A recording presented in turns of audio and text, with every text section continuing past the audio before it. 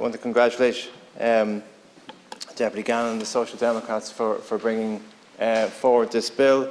I find it quite ironic that the government thinks that even if we talk about sex, that after 9 months something new will be born, and that's the reason for the delay in moving to committee stage. Would be the obvious thing to do if you were to take this piece of legislation seriously. I think it's also quite remarkable that we even have to have this discussion. I mean, sometimes it can be almost embarrassing to discuss the Irish education system with somebody who isn't Irish.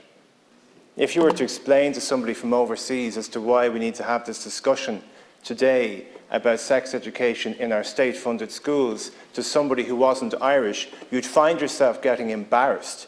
You'd find yourself struggling to convince that person that we genuinely live in our republic. Because this word republic and republican is bounced around these walls, it's bounced around the airwaves all the time.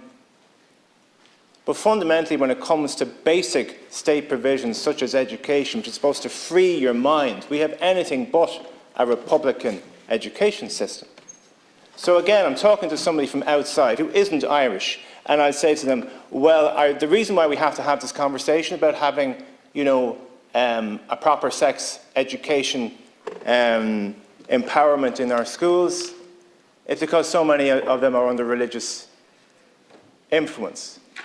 And what the Minister didn't speak to, what she didn't speak to in her contribution, when she's telling us about the need for 9-month delay, was about the supplementaries that come into the system, which are encouraged often by these patron bodies. Patron bodies who believe that sex outside marriage is wrong, that contraception is wrong, that abortion is wrong, that IVF is wrong, that marriage should only be between a man and a woman, that homosexuality is disordered. And these are the ones who can supplement whatever scheme the Minister spoke to with their own ethos in their own way. Also, they don't believe that men and women are equal. So again, I'm talking to this person from outside Ireland and I'm saying, well, that's the reality on the ground in our schools, that we have to have this piece of legislation to ensure that we don't have these supplementaries coming in to push an agenda that is based on an ideology. Because we don't have the courage of our convictions as a Republican Assembly to actually have a state-funded education system, a state education system, a state education sexual health system. And by the way, 1/3 of our second-level schools are single gender. We love separating children on the basis of religion. We love separating them on the basis of gender. And we also enjoy separating them on the basis of income. So the point here, Minister, is it's not just about whatever scheme that is mandated by the department.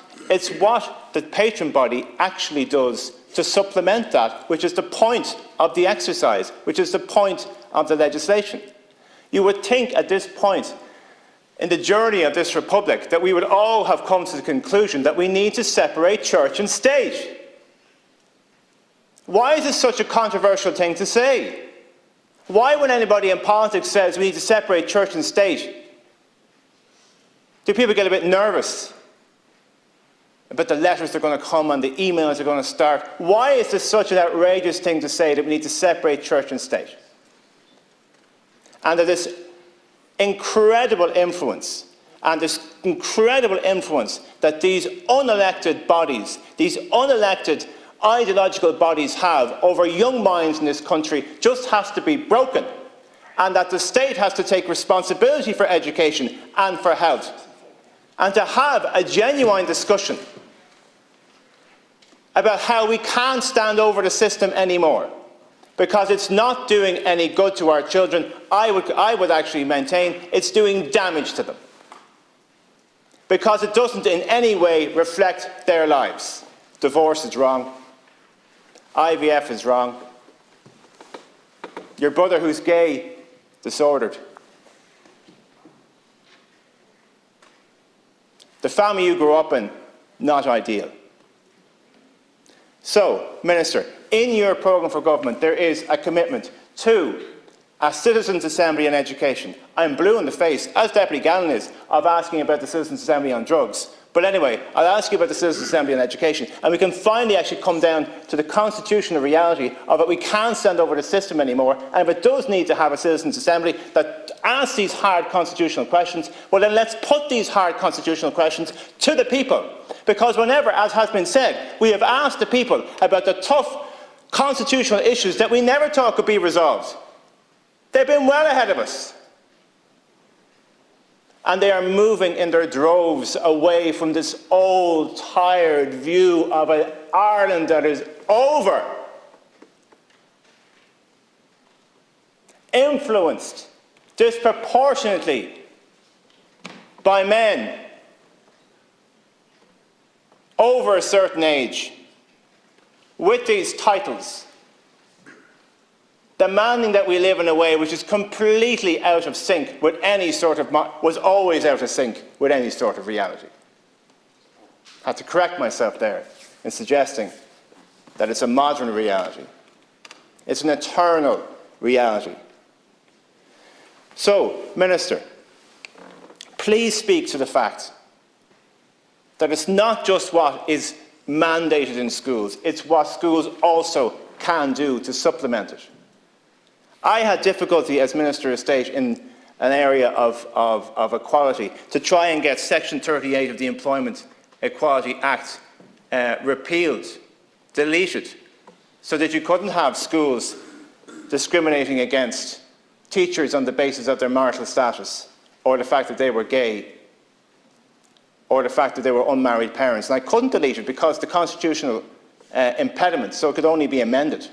I remember that. I also remember teachers going up to Irish and Uachtaráin and as the INTO LGBT group, and they encouraged to get into a photograph with President Higgins, and actually standing aside because they thought that their employment prospects would be at risk. And that's not ancient history. So my few points to you, Minister, in the time that's been allotted to me, and I do very much appreciate again this initiative by the Social Democrats. Stop talking about what's being mandated. Talk about what is also being supplemented by these patron bodies. When are we going to have this Citizens' Assembly on education? And will you please have the vision and the conviction to speak as a politician in a republic about the need to separate, finally, church and state? Thank you, Deputy.